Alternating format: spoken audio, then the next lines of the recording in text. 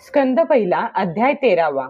विदुरांच्या उद्देशाप्रमाणे धृतराष्ट्र आणि गांधारीचे वनात जाणे. सूत म्हणाले, विदुर तीर्थयात्रेत महर्षी मैत्रेय यांचेकडून आत्मज्ञान प्राप्त करून हस्तिनापुराला परतला. जे जाणण्याची त्याची इच्छा होती ती पूर्ण झाली होती. विदुराने मैत्रेय ऋषींना जे प्रश्न विचारले होते त्यांची उत्तरे ऐकण्या अगोदरच विदुराची श्रीकृष्णांचे ठिकाणी अनन्य भक्ती असल्यामुळे त्याला त्या उत्तरांची अपेक्षाच उरली नाही. शौनक महोदय आपला चुलता विदुर आल्याचे पाहून धर्मराज युधिष्ठिर, त्याचे चारही भाऊ धृतराष्ट्र, युयुत्सु, संजय, कृपाचार्य, कुंती, गांधारी, द्रौपदी, सुभद्रा, उत्तरा, कृपी तसेच पांडव परिवारातील अन्य सर्व स्त्री पुरुष आणि आपापल्या पुत्रांसहित अन्य स्त्रिया असे सर्वजण मोठ्या आनंदाने जणू मृत शरीरात प्राण परत आले अशा भावनेने त्याच्या स्वागतासाठी सामोरे गेले. योग्य रीतीने आलिंगन, नमस्कार इत्यादी द्वारा सर्वजण त्याला भेटले आणि विरह दुःखामुळे व्याकुळ झालेल्या सर्वांच्या डोळ्यांतून अश्रुधारा वाहू लागल्या. युधिष्ठिराने त्याला आसनावर बसवून त्याचा यथोचित सत्कार केला. भोजन व विश्रांती झाल्यानंतर विदुर समाधानाने आसनावर बसला. तेव्हा युधिष्ठिर विनयपूर्वक सर्वांच्या देखत त्याला म्हणाला. युधिष्ठिर म्हणाला, काका, विषप्रयोग, लाक्षागृहात जाळून मारणे यांसारख्या आमच्यावर आलेल्या संकट प्रसंगी आपण मातेसह आम्हाला वाचविले आहे. आपल्या छत्रछायेत वाढलेल्या आमची आपणास कधी आठवण येत होती काय?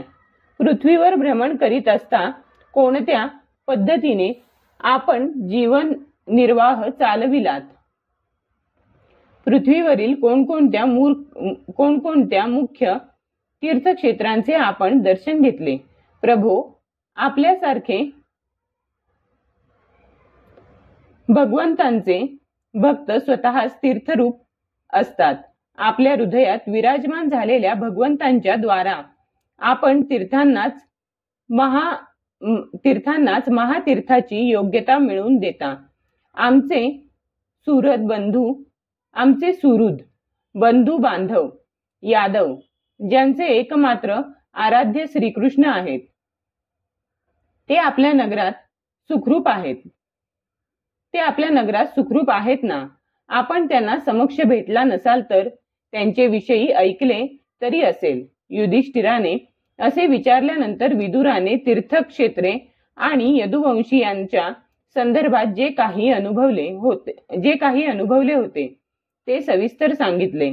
फक्त यदुवंशाच्या विनाशाबद्दल तो काही बोलला नाही.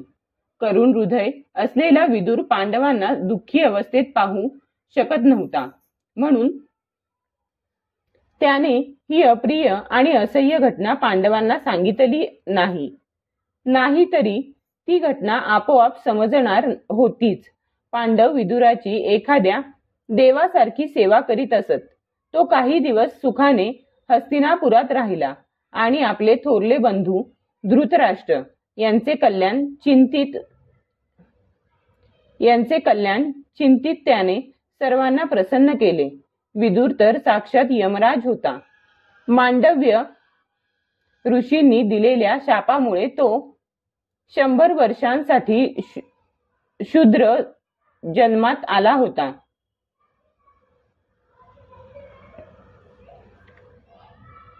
या काळात यमराजाच्या स्थानावर अर्यमा होते व ते पाप्यांना योग्य असा दंड देत होते.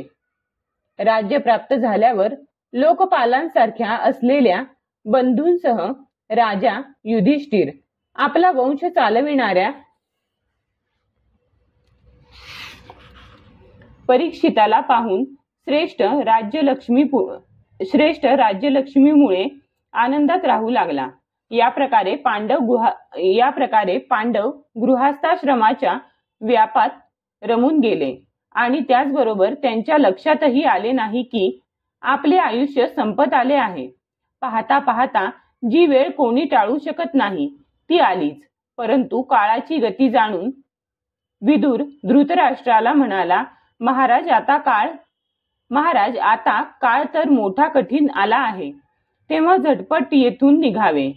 हे राजा, सर्वसमर्थ असा काळ आता आपल्या सर्वांच्या डोक्यावर घिरट्या घालू लागला आहे, ज्याला टाळण्याचा कोणताही उपाय नाही. काळाच्या अधीन होऊन जीवाला अत्यंत प्रिय असलेला प्राणही बोलता बोलता निघून जातो. तर मग धन इत्यादी दुसऱ्या वस्तूंची काय कथा? आपले चुलते बंधू, नातेवाईक आणि पुत्र सर्व मारले गेले. आपले वयही झाले आहे.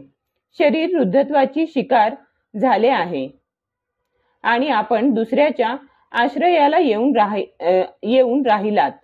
पहा ना, या प्राण्याची जिवंत राहण्याची इच्छा किती प्रबळ असते ती. म्हणूनच आपण भीमाने दिलेले अन्न खाऊन कुत्र्यासारखे जीवन जगत आहात. ज्यांना आपण अग्नीत जाळून मारण्याचा प्रयत्न केलात, विषप्रयोग करून मारण्याची इच्छा केलीत, भर सभेत ज्यांच्या विवाहित पत्नीला अपमानित केलेत, ज्यांची भूमी आणि धन हिसकावून घेतलेत, त्यांच्याच अन्नावर प्राणांचे पोषण करण्यात काय अर्थ आहे? अजूनही तुम्ही जिवंत राहू इच्छिता? ही तुमच्या मूर्खपणाची हद्दच म्हणायची. वृद्धापकाळाने गलित गात्र झालेले हे शरीर जुन्या वस्त्राप्रमाणे तुमची इच्छा नसली तरी क्षीण होतच आहे. या शरीराने आता तुमचा कोणताच स्वार्थ साधणार नाही. यात गुंतू नका. ममतेचे बंधन तोडून विरक्त व्हा. जो आपल्या सगळे सोयऱ्यांना नकळत शरीराचा त्याग करतो, तोच खरा धीर पुरुष म्हटला जातो. स्वतःच्या समजाने अगर दुसऱ्याने समजविल्याने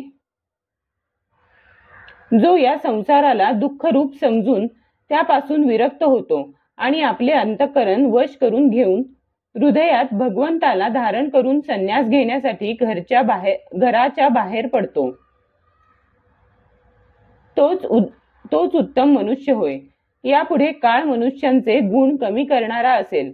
म्हणून आपण आपल्या कुटुंबियांच्या नकळत उत्तराखंडाकडे निघून जा. जेव्हा लहान भाऊ विदुराने अंध राजा धृतराष्ट्राला याप्रमाणे समजाविले, तेव्हा बांधवांचे सुदृढ स्नेहपाश तोडून टाकून भावाने दाखविलेल्या मार्गाने तो निघाला. ज्याप्रमाणे वीर पुरुषांना लढाईच्या मैदानात आपल्या शत्रूंनी केलेल्या न्यायोचित प्रहारांनी सुखप्राप्ती होते, त्याप्रमाणे हिमालयाची यात्रा करण्याने संन्यास घेतलेल्यांना होते. अशा हिमालयाच्या यात्रेला आपले पतिदेव निघाले आहेत असे पाहून परमपतिव्रता सुबलनंदिनी गांधारी सुद्धा त्यांच्या पाठोपाठ चालू लागली. अजातशत्रू युधिष्ठिराने दुसरे दिवशी प्रातःकाळी संध्यावंदन आणि अग्निहोत्र करून ब्राह्मणांना नमस्कार केला. त्यांना तीळ, गायी, भूमी आणि सुवर्णाचे दान दिले. त्यानंतर जेव्हा तो गुरुजनांना वंदन करण्यासाठी म्हणून राजमहालात गेला, तेव्हा त्याला तेथे धृतराष्ट्र, विदुर आणि गांधारी दिसले नाहीत. युधिष्ठिराने खिन्न होऊन तेथे बसलेल्या संजयाला विचारले, संजया, माझे हे वृद्ध अंध काका धृतराष्ट्र कोठे आहेत? पुत्रशोकाने पीडित झालेली दुःखी काकी गांधारी आणि माझे हितैषी चुलते विदुर कोठे गेले? धृतराष्ट्र तर आपले पुत्र आणि बांधव मारले गेल्याने दुःखी झाले होते. मीच कसा मंदबुद्धी पहा. माझ्याकडून काही अपराध घडलेला पाहून माता गांधारीसह त्यांनी गंगेत उडी घेतली नसेल ना? आमचे वडील पांडू यांचा मृत्यू झाला तेव्हा आम्ही लहान होतो. त्यावेळी या दोन्ही चुलत्यांनी कठीण प्रसंगी आम्हाला वाचविले. ते येथून कोठे निघून गेले बरे? सूत म्हणाले आपले स्वामी धृतराष्ट्र दिसत नाहीत. हे पाहून त्यांची कृपा आणि स्नेह यांमुळे व्याकुळ झालेला संजय विरहाने अत्यंत कष्टी झाला होता. तो दुःखावेगामुळे युधिष्ठिराला काही उत्तर देऊ शकला नाही. त्याने हातांनी अश्रू पुसले, स्वतःला सावरले आणि आपले स्वामी धृतराष्ट्र यांच्या चरणांचे स्मरण करीत तो युधिष्ठिराला म्हणाला. संजय म्हणाला, हे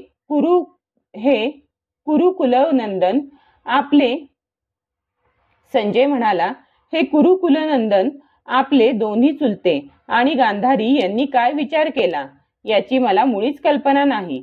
महाबाहो, त्या महात्म्यांनी तर मला पोरके केले. तेवढ्यात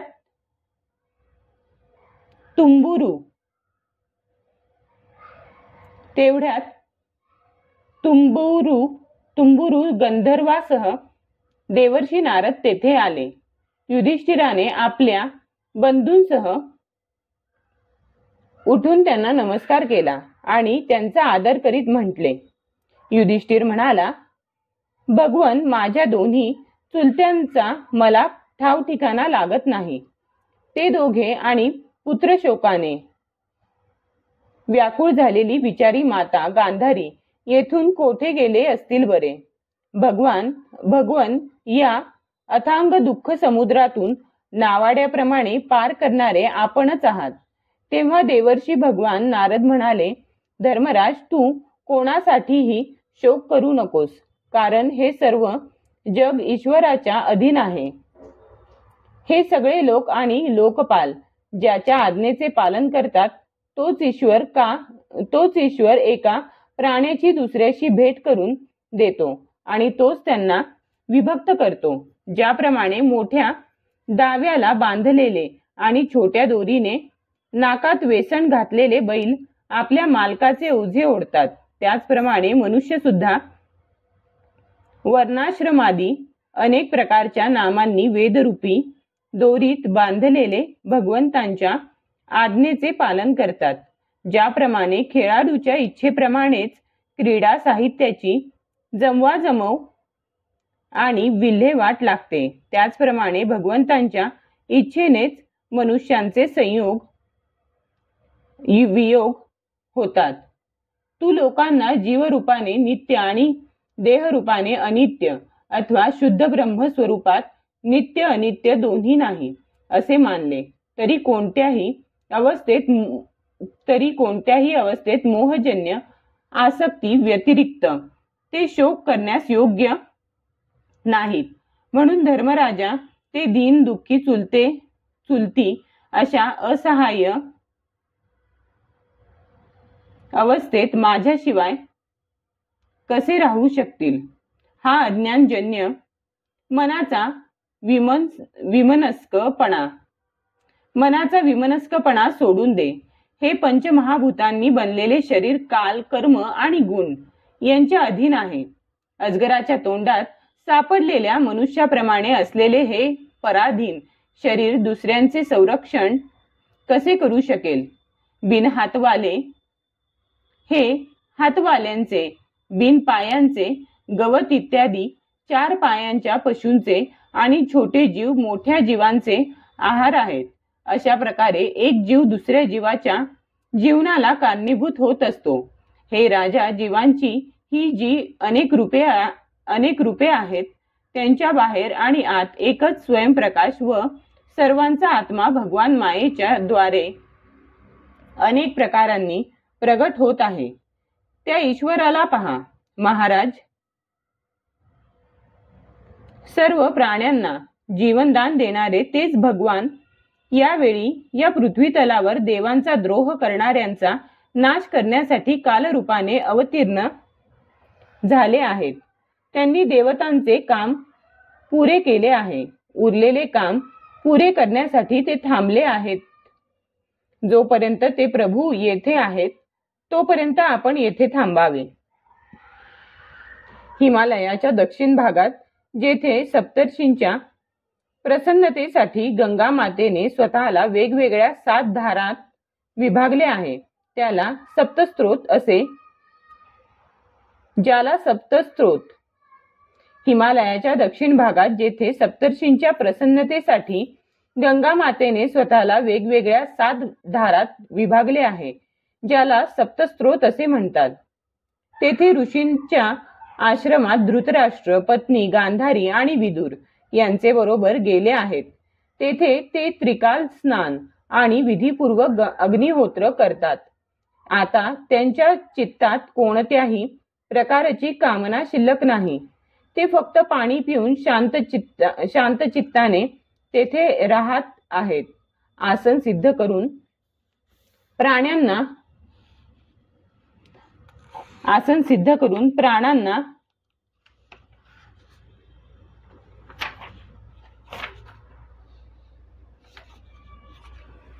वश करून घेऊन त्यांनी आपल्या 6ही इंद्रियांना विषयांपासून मागे खेचले आहे. भगवंतांचीच धारणा केल्याने त्यांचे तम, रज आणि सत्वगुणाचे दोष नाहीसे झाले आहेत. त्यांनी अहंकाराला बुद्धीशी जोडून त्याला क्षेत्रज्ञ आत्म्यामध्ये लीन केले आहे. शिवाय घटाकाश महाकाशात विलीन होते. त्याप्रमाणे क्षेत्रज्ञाला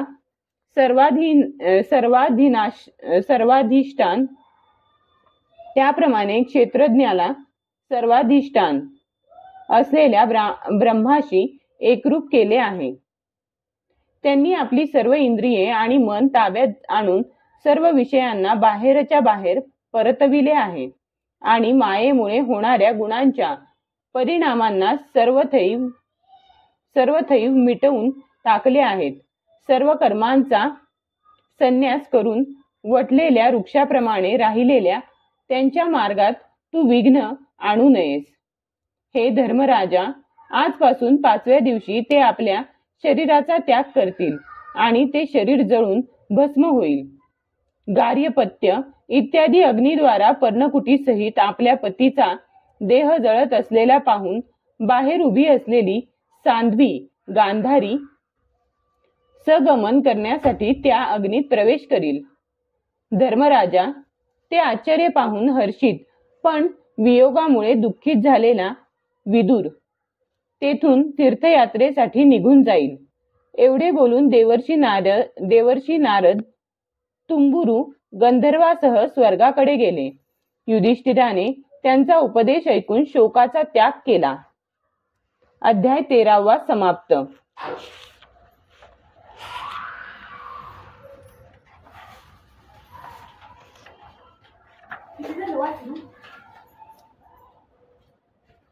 एकदा एका राजाच्या सेवकांनी मांडव्य ऋषींच्या आश्रमात चोरांना पकडले. चोरांना आश्रय देणारे मांडव्यही चोर आहेत असे वाटून सेवकांनी चोरांबरोबर मांडव्यांनाही सुळावर चढविले. राजाला हे कळल्यावर राजाने ऋषींना सुळावरून उतरवून क्षमा मागितली. ऋषींनी यमाकडे जाऊन हे कोणत्या पापाचे फळ आहे असे विचारले. यमांनी सांगितले, लहानपणी तू